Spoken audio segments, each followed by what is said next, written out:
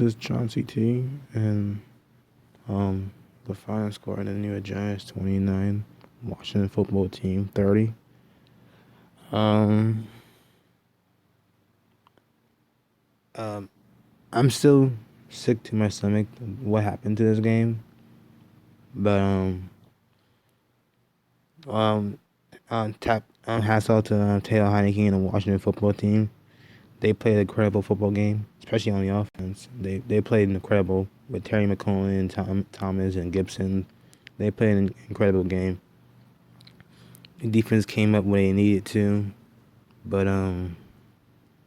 with Chase Young and their players. But um, I'm gonna go over the stats for both teams and what happened and what flaws and pros and cons. Um, for Daniel Jones, he was 22 for 32, 250 yards and a touchdown. He didn't play bad in the air. He kept the ball. He kept the ball out of the opponent's hands. No turnovers, but he did try to make him like he was a running back.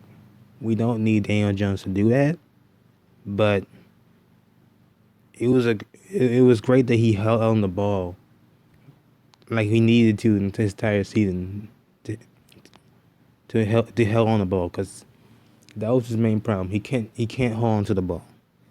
Even if he got sacked here and there, he held on to the ball, and I'm glad he did. But in reality, Daniel Jones played a great game. Even when he was rushing that for that 75-yard touchdown that got called back because it was so bad because the ref don't know what they were doing. Honestly, he should have two rushing touchdowns to that one. Like he obviously scored that touchdown, but the ref was like holding, but it wasn't holding. The defender that was getting hold by CJ Board was it wasn't even like he was holding him. It was just like he was pushing him back, and the defender was looking towards the sideline. So I didn't understand what they were seeing.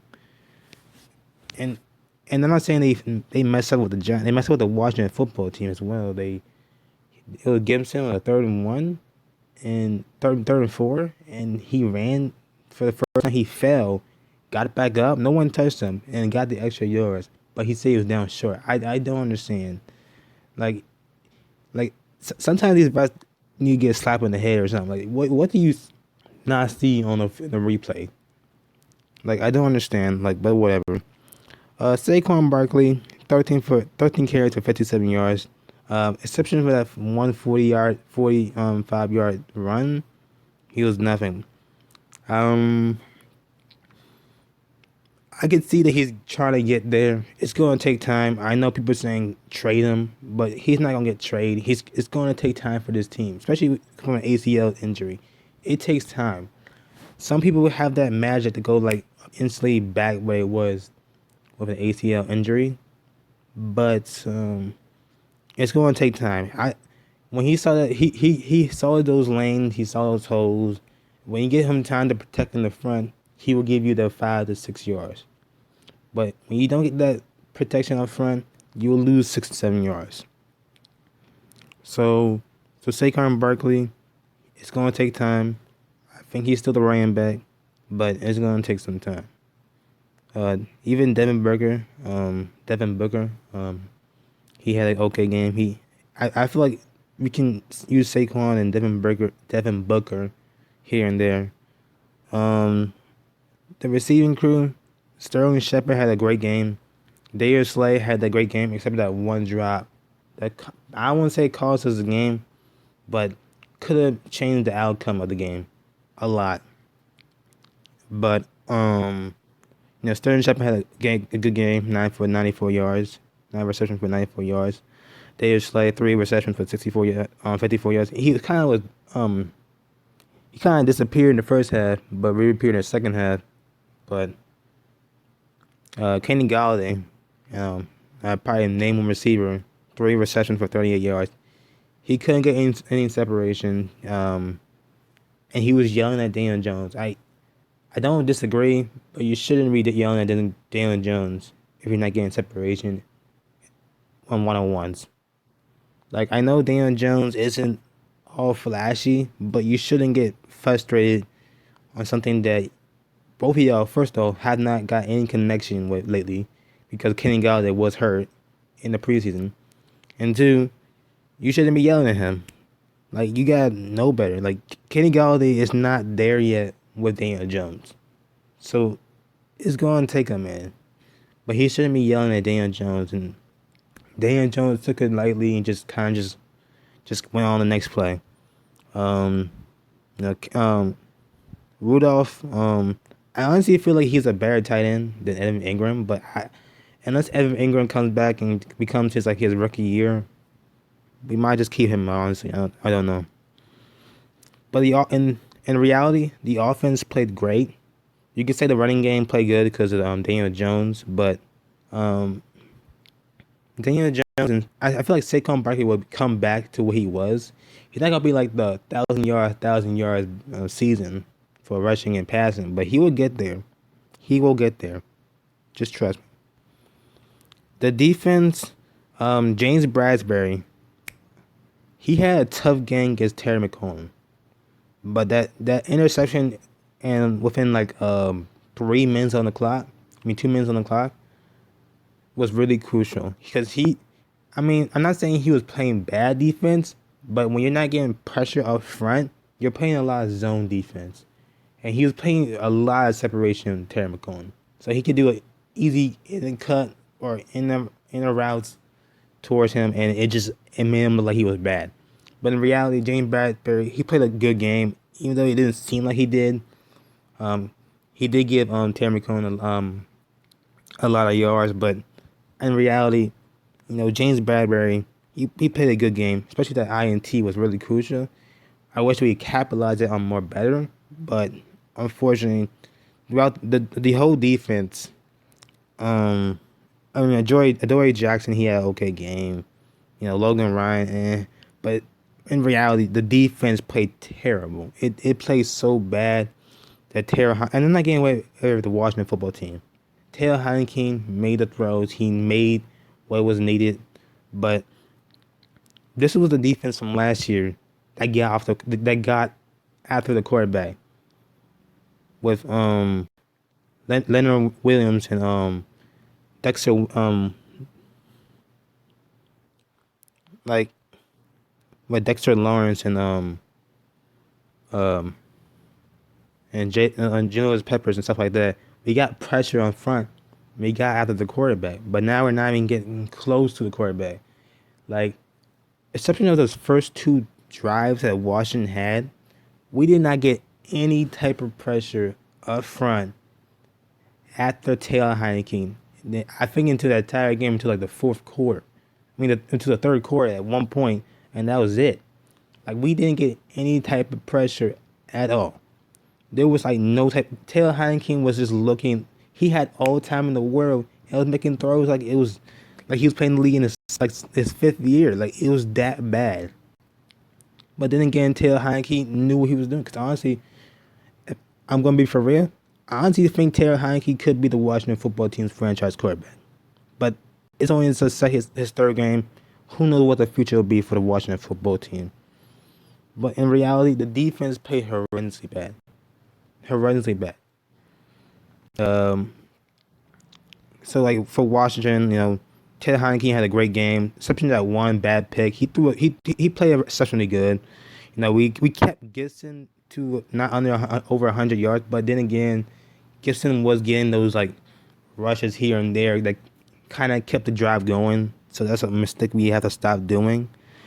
Terry McLaurin, like the 11 for 107, like you could say what James Bradbury had, like he was getting beat, but then again, you can't tell what he's gonna do when your defensive line isn't getting pressure. Because throughout the whole game, James Bradbury versus McCollum,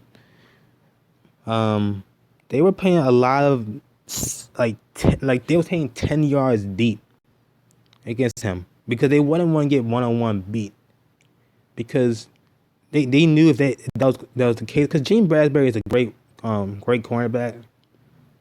but it's tough for a guy like Speedy Terry to on a one-on-one situation because they knew Washington knew they were gonna go after James Bradbury the entire game. So it was tough.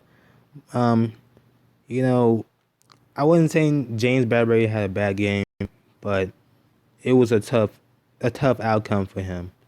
Cause like last year he kept them to like 3 yards and like one carry, but this year things are gonna change. It's gonna you, we gotta see more of James Bradbury. It seemed like last year wasn't a fluke, but he made him up for that interception. But Terry McLaurin did like outplay him a little bit. Logan Thomas, he had an okay game. And everybody else kind of just like was there, but we kept them to a concealed point. We wasn't getting off third net. Like the first half, like the first half on the Washington football team, except for the first two drives, Washington kind of just drove down the field and scored a touchdown. Like they seemed like they were on sync through the entire game. The defense, Chase Young wasn't a big factor in that entire game. He did get pressure. Like the defense did get pressure. Like the defense did get pressure with Miles Sweat and Chase Young and that whole defense, but there wasn't much pressure into that. The offensive line did keep up. Like even though Andrew Thomas against Chase Young, he did get beat.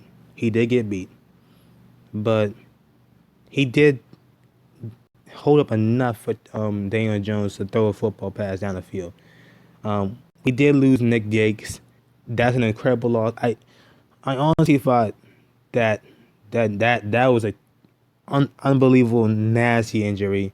I hope for his family. I hope for better for him because Nick Yates was probably our best offensive line that right now.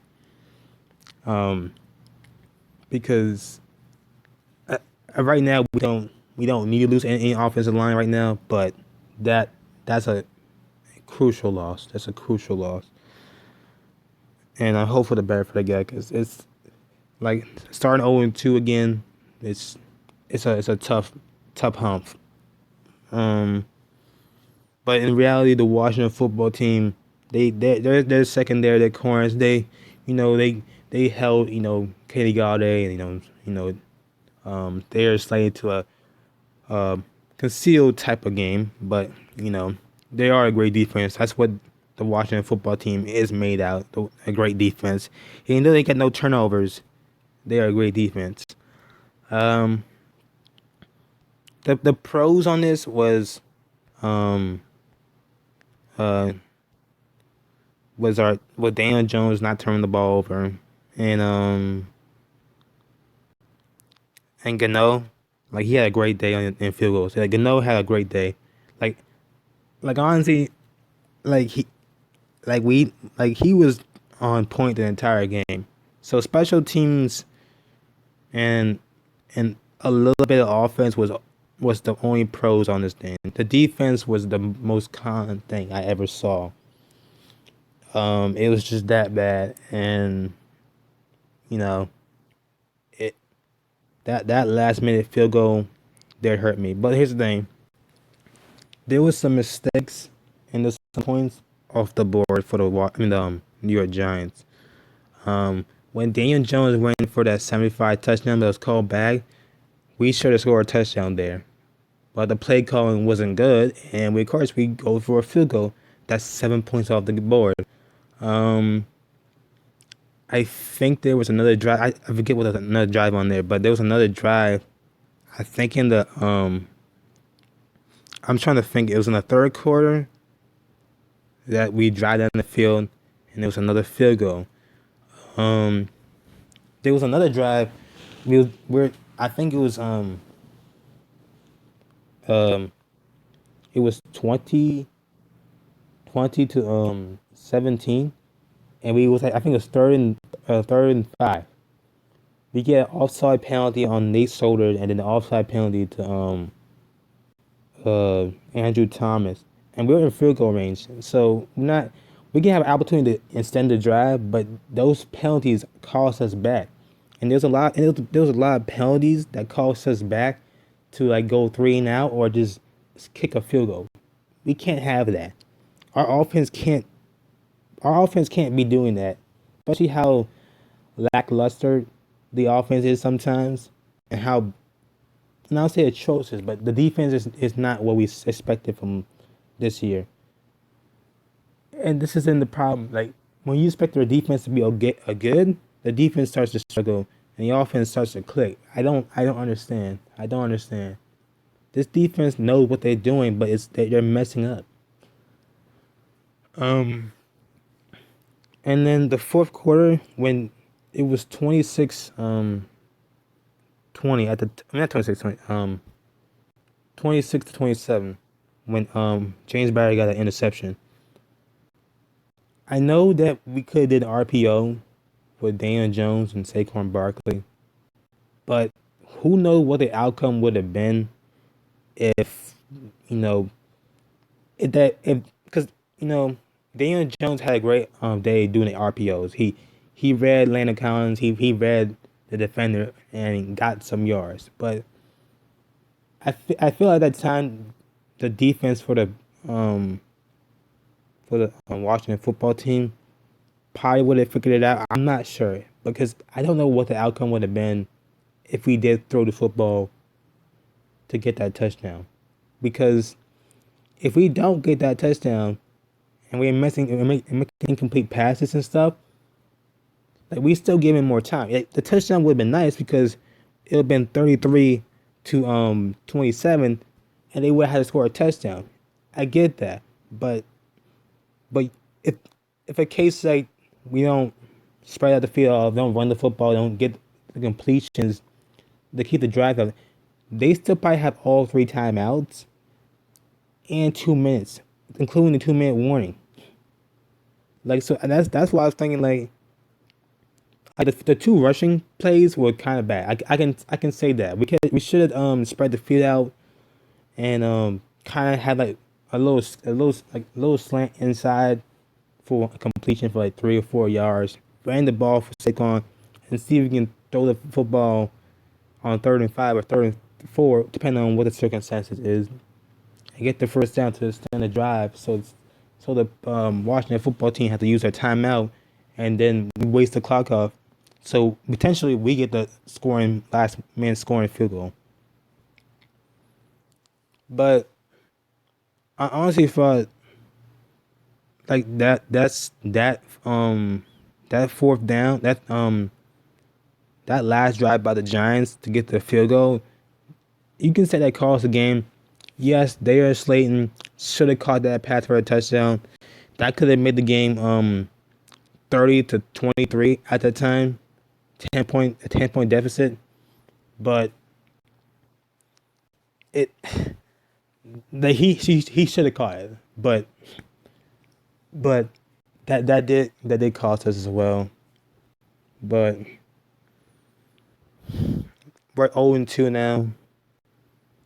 This is a devastating loss. I when I saw the Washington football team kicker made the field goal, I just had to I had to think about it because that this game basically hurts because throughout the season, the next couple of weeks is not pretty.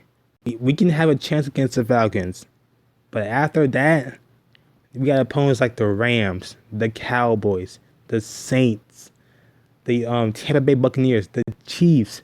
Those are teams that are going to play, and if we can't produce offense and can't stop them on defense, we're going to start 0-6 and 0-7 again, and we might just call off the season at that point because I'm not saying the season's over with because the NFC East. I honestly don't know what's going to happen to the NFC East, but we we couldn't afford to lose this game, and we did. Now we have to play against the Atlanta Falcons. Their offense we need to really stop their offense. If we can't stop their offense and we can't score on offense ourselves, we're gonna lose that game. And then we got against the Cowboys, the Rams, the Saints. Like our season doesn't get prettier, and this loss kind of just set us back a bit. So I'm really upset right now. I'm not like I just broke my headphones like last night because I didn't slam my headphones last night too hard, but they broke. So this was a frustrating loss, and hats off to Taylor Heineke on the offense and Chase Young on the defense. They played their butts off, but this loss, I mean, I wouldn't say probably would end the season, but I mean, this is panic mode right now. This is panic mode because honestly, depending on how the Eagles and Cowboys play throughout the season, unless they start struggling as well, this is gonna be a long season. This is gonna be a long 17 game season. I'm just gonna say. Um, but like, cause the offense throughout the game didn't play bad. They didn't really they missed some points, but they didn't play bad. The defense, on the other hand, was just not getting any stops, not getting any pressure. Taylor Heineke was throwing left and right, and it was just like it was basically the Denver Broncos, where like the defense is there. We have the playmakers. They're not getting the pressure. The front four. The only pressure we had that game was either blitzing in the third quarter, because that one sack was. I think somebody did get a sack for the defense in that one quarter. Yeah, it was that blitz sack, and that was it. One sack, and it was a blitz sack, and that's the only pressure we had the entire game. And even time we blitzed even more, Taylor Heineke got out the pressure and just found a way to get a couple yards. So it's just that was frustrating. But I'm upset still. Next week we gotta play against the Falcons, and if we start 0-3, I just don't know. I just don't know. Like the Giants fans are already writing off this season, but I still have some beliefs. But honestly, it's a little it's small right now. But I will see y'all next week against the Falcons, because that's all I can really say. I'll see y'all next time. Oh, one more thing. Kadarius Toney. If we're not going to use Kadarius Toney in what type of way, like he doesn't have to have a 50-yard game or something. If we're not even using him, or at least targeting him, what is the fuck is the point? Like, I know it's only week 2 and he's learning, but at least try to attempt a throw towards his direction. Make him do a play, do something. Because if we just drafted Kadarius Toney for no reason, what was the point? Oh wait, I know what was the point. We wanted Devontae Smith, but it's only week 2. We're not gonna say anything too bad about Kadarius Toney. He's learning, but if you're the offense for the Giants, try to get the ball to him at least once. Like, I know we have all our receivers like Kenny Galladay, Sterling Shepard, Darius Slay, Sterling Shepard, but you gotta at least try Kadarius Toney at least once. Like, don't not throw the ball to him. Like, I didn't understand that, but that's the thing I forgot to say on my other video. The video I made, but we need to get Kadarius Toney some type of reps or some type of throws to his direction, or we're not gonna. It's gonna be a waste of picking. He might just be like one and done player. We really need to get him involved more.